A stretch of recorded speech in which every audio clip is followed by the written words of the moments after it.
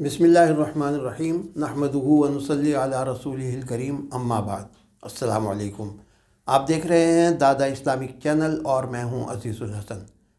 ناظرین کرام، گزشتہ ویڈیو میں بہشتی زیور کا مختصر سا تعارف پیش کیا گیا تھا، اور اب بہشتی زیور کا جو دینی حصہ ہے اس کو چھوٹی چھوٹی ویڈیوز کی شکل میں اپلوڈ کیا جائے گا۔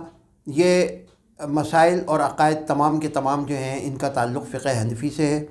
میری توجہ اس طرف مبذول کرائی گئی کہ یوٹیوب کے اوپر بہشتی زیور کے خلاف بہت سا مواد اپلوڈ کیا گیا ہے۔ میں نے اسے دیکھا، کہیں کہیں سے جستہ دیکھا، تو معلوم یہ ہوا کہ جو اعتراضات ہیں وہ تمام کے تمام مسائل کے اوپر ہیں، اور مسائل جو ہیں وہ کوئی صاحب بہشتی زیور یعنی مولانا اشرف علی تھانوی علیہ الرحمہ اپنے گھر سے بنا کر نہیں لائے تھے۔ وہ تمام فقہ حنفی کے مسائل ہیں۔ اگر اعتراض کرنا ہے تو فقہ حنفی کے مسائل پر کریں، اور میں کہتا ہوں کہ اعتراض کرنے کی اور ویڈیوز بنانے کی ضرورت کیا ہے سوائے تفرقہ پھیلانے کے، اور کچھ بھی نہیں ہے۔ مزید جو بات میری سمجھ میں آئی وہ یہ ہے کہ یہ ان لوگوں کی ذہنی غلاظت ہے۔ وجہ اس کی یہ ہے کہ بھائی جب پاکی اور ناپاکی کے مسائل آئیں گے تو تمام چیزیں اس میں ڈسکس کی جائیں گی۔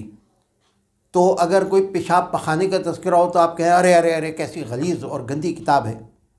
تو یہ ان لوگوں کا ذہنی دیوالیہ پن ہے، اور آپ لوگ ناظرین اکرام ان چیزوں پر توجہ نہ دیا کریں۔ بہشتی زیور جو کتاب ہے یہ ایک اپنے وقت کی انتہائی کارآمد کتاب ہے۔ میری نظر سے کوئی ایسی کتاب نہیں گزری جو اس سے زیادہ کارآمد ہو۔ خواتین کے لیے خاص طور پر لکھی گئی، جیسا کہ میں نے پچھلی ویڈیو میں عرض کیا تھا، اور اس میں دینی مسائل بھی ہیں اور دنیاوی روزمرہ کے جو کچھ آپ کو ضروریات پیش آ سکتی ہیں ان سے متعلق بھی بہت سی باتیں ہیں۔ 11 حصے ہیں۔ ہم آج پہلے حصے سے شروع کرتے ہیں۔ جو دینی حصہ ہے اس پر بات کی جائے گی، اسی سے متعلق بات کی جائے گی اور اسے اپلوڈ کیا جائے گا، اور جو دیگر معاملات ہیں وہ فی الحال زیر بحث نہیں آئیں گے۔ تو میں آپ کو یہ بتا دوں گا کہ کون سے حصے میں کیا کیا چیزیں ہم چھوڑ کے آگے بڑھ رہے ہیں۔ تو یہ پہلا حصہ ہے جناب۔ اس میں سب سے پہلے خواتین کو لکھنا پڑھنا سکھانے کی کوشش کی گئی ہے۔ سب سے پہلے مفرد حروف، اردو کے حروف تہجی جو ہیں وہ کیسے لکھے جاتے ہیں ان کی شناخت کرائی گئی ہے۔ مہینوں کے نام ہیں کہ کون کون سے مہینے ہوتے ہیں سال میں، جملے کیسے بنیں گے وہ طریقہ بتایا گیا ہے۔ اردو کے کچھ قواعد بتائے گئے ہیں، گرامر، اور حرکات و سکنات، زیر زبر پیش وغیرہ بتایا گیا ہے۔ پھر یہ سب بتانے کے بعد انہیں جو اس وقت کی ضرورت تھی خط لکھنے کا کہ خط کیسے لکھا جائے، اور اس کے اندر تمام متعلقہ جو لوگ ہوتے ہیں، بڑے چھوٹے رشتہ دار، ان سب کے القاب کہ خط کو کیسے شروع کیا جائے گا، اس میں کیا مضمون ہوگا، یہ تمام چیزیں سکھانے کے بعد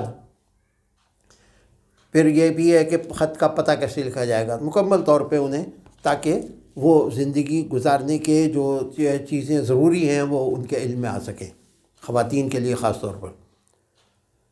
پھر اس کے بعد جو اس میں سب سے پہلی چیز ہے وہ ہیں سچی کہانیاں۔ 4 کہانیاں ہیں اس میں، تو اس میں سے آج میں آپ کو سناتا ہوں کہ وہ پہلی کہانی کیا ہے۔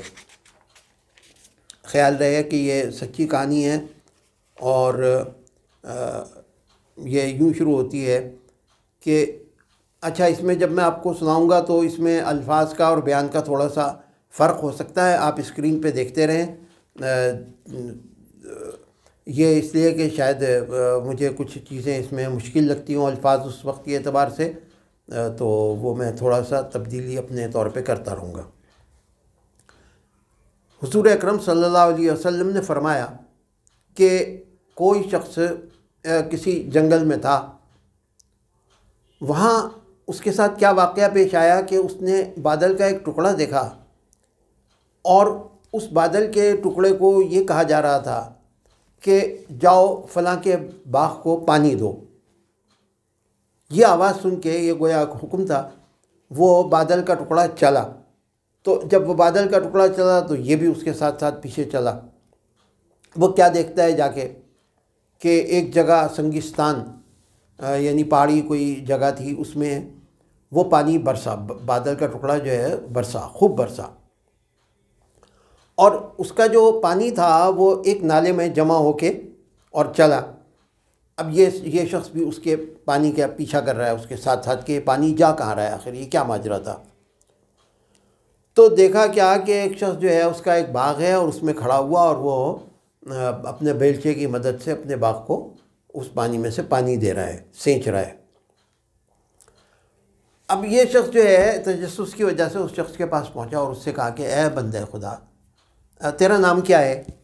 اس نے اپنا نام بتایا اور یہ کہا کہ بھائی تم میرا نام کیوں پوچھ رہے ہو، کیا وجہ ہے؟ تو اس شخص نے بتایا کہ میں نے ایسے ایسے بادل میں آواز سنی تھی اور تمہارا نام لے کے یہ کہا گیا تھا کہ جاؤ اس کے باغ کو پانی دو، تو وہ بادل کا ٹکڑا جو ہے وہ برسا اور برس کے یہ پانی یہاں آیا ہے۔ تو میں یہ جاننا چاہتا ہوں کہ آیا بندہ خدا، تیرا آخر ایسا کون سا عمل ہے جس کی وجہ سے اتنا تیرے لیے غیب سے اہتمام کیا جا رہا ہے؟ تو اس شخص نے جواب دیا کہ بھائی اب تو پوچھ ہی رہا ہے تو مجھے بتانا پڑے گا، اور یہ ماجرا یوں ہے کہ یہ جو میرا باغ ہے اس کی جتنی بھی پیداوار ہوتی ہے اس کے میں 3 حصے کرتا ہوں، جس میں سے 1/3 میں خیرات کر دیتا ہوں، 1/3 اپنے بال بچوں کے لیے رکھ لیتا ہوں اپنی ضرورت کے لیے، اور 1/3 پھر اسی باغ میں جو اخراجات ہوتے ہیں اس پر لگا دیتا ہوں۔ یہ سچی کہانی ہے، اور اس کے بعد فائدہ لکھا ہے انہوں نے، نتیجہ یعنی کہ سبحان اللہ، کیا خدا کی رحمت ہے کہ جو اس کی اطاعت کرتا ہے اس کے کام غیب سے اس طرح سر انجام ہوتے ہیں کہ اس کو خبر بھی نہیں ہوتی۔ بے شک سچ ہے جو اللہ کا ہو گیا اس کا اللہ ہو گیا۔ یہ پہلی کہانی تھی، آپ سے ملاقات کرتے ہیں دوسری سچی کہانی کے ساتھ، اس وقت تک کے لیے اجازت دیجیے۔ السلام علیکم ورحمۃ اللہ وبرکاتہ۔